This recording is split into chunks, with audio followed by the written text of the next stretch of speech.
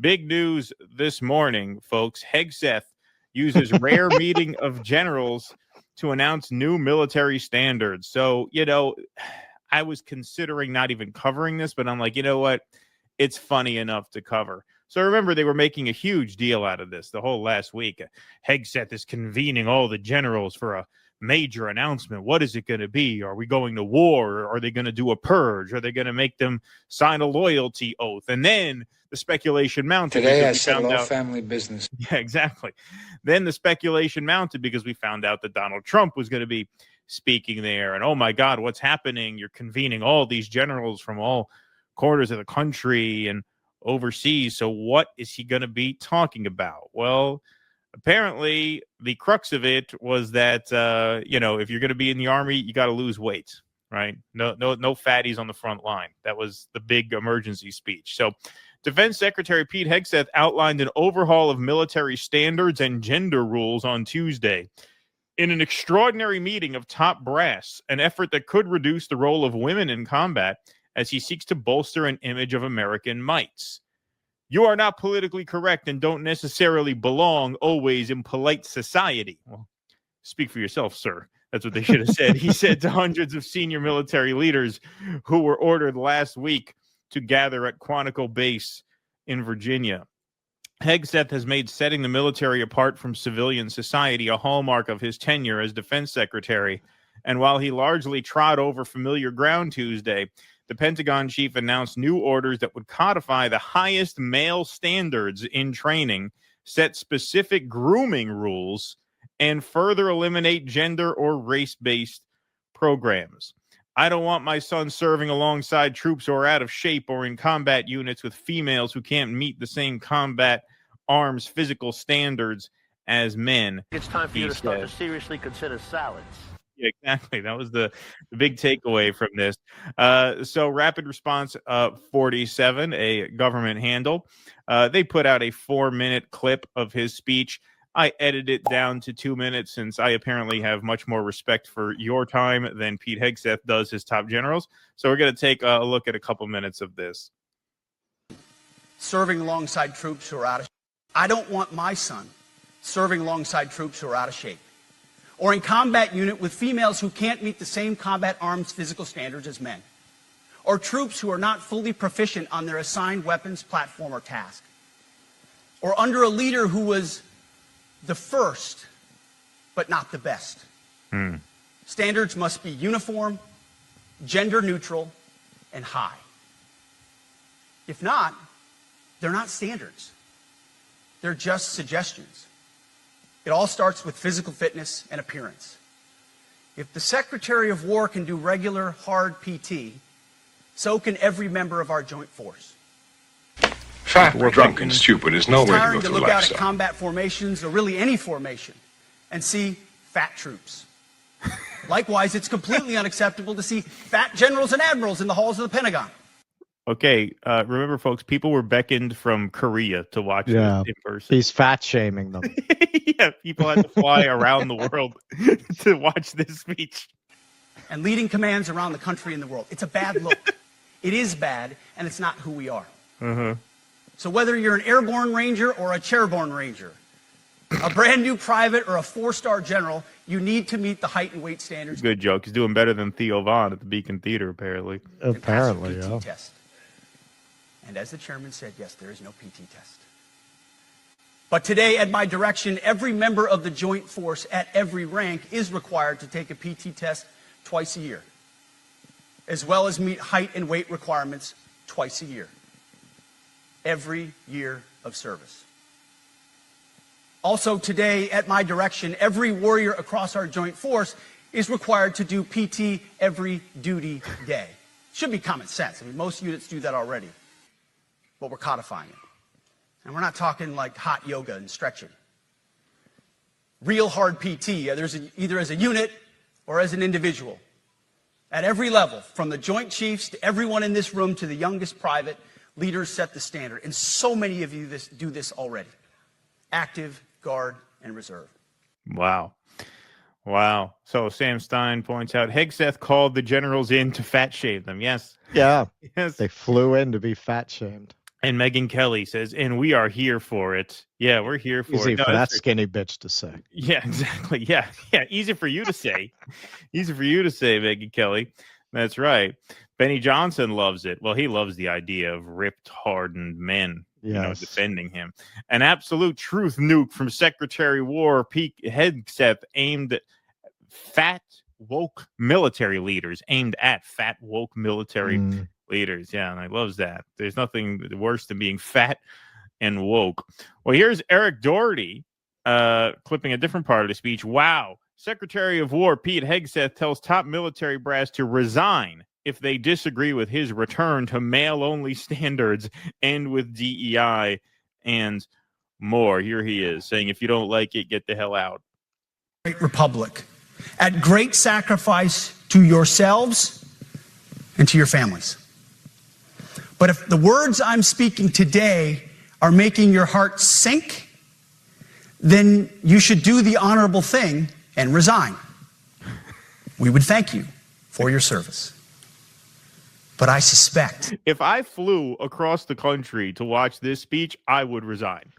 On general principles. Yeah, exactly. If you made me get on a plane for 10 hours to come and watch this speech, I would resign. Absolutely. Absolutely. You wouldn't have to tell me twice. Excuse me, sir. Does that mean no more Wendy's? Because those burgers are very tasty.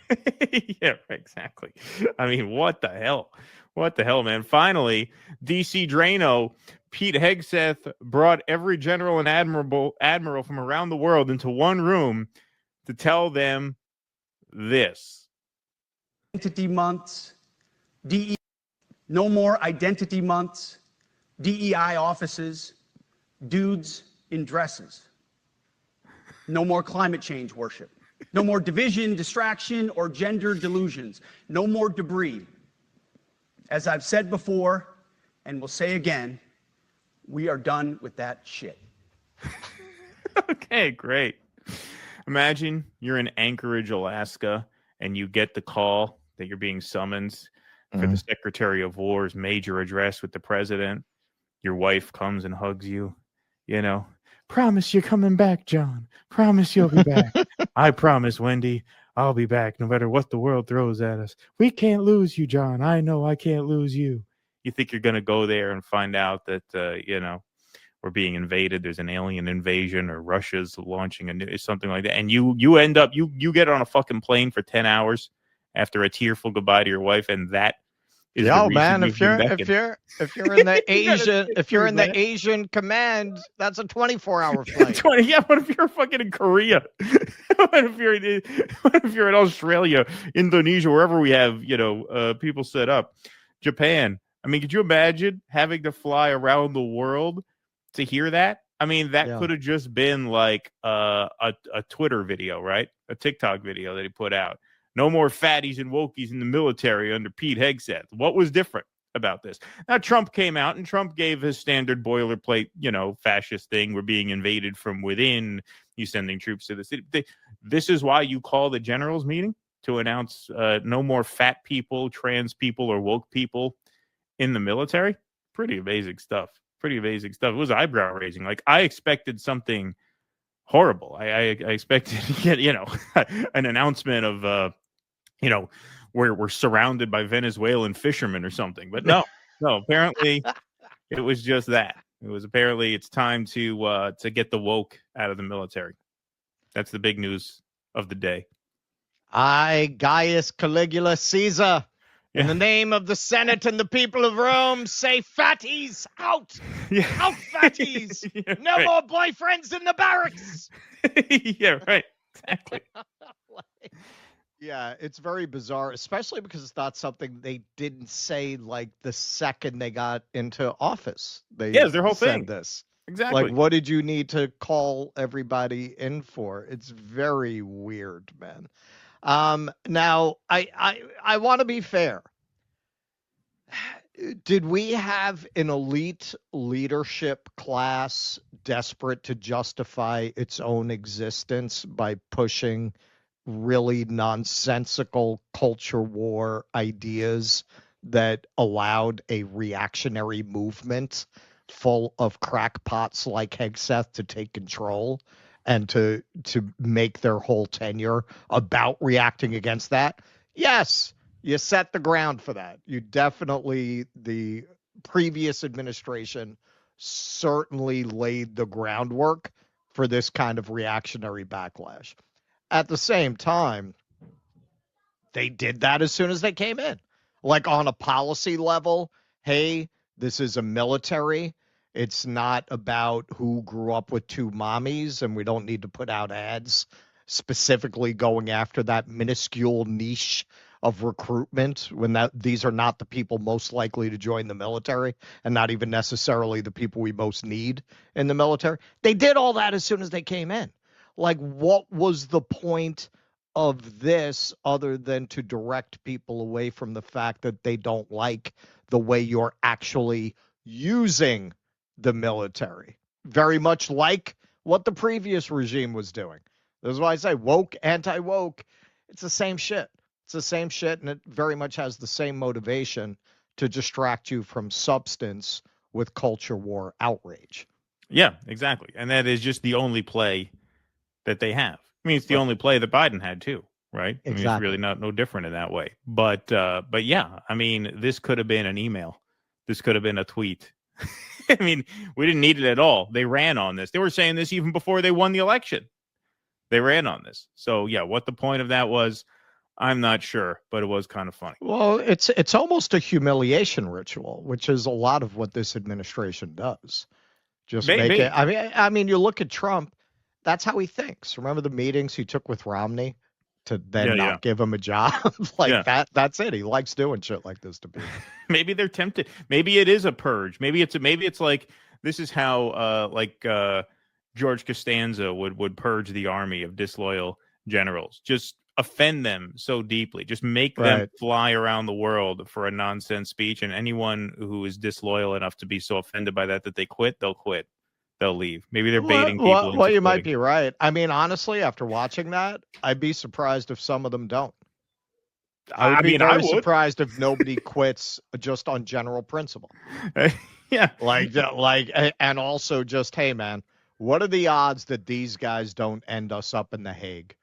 Not good. Not good.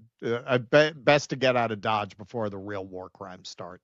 That is a good point as well. Please clap.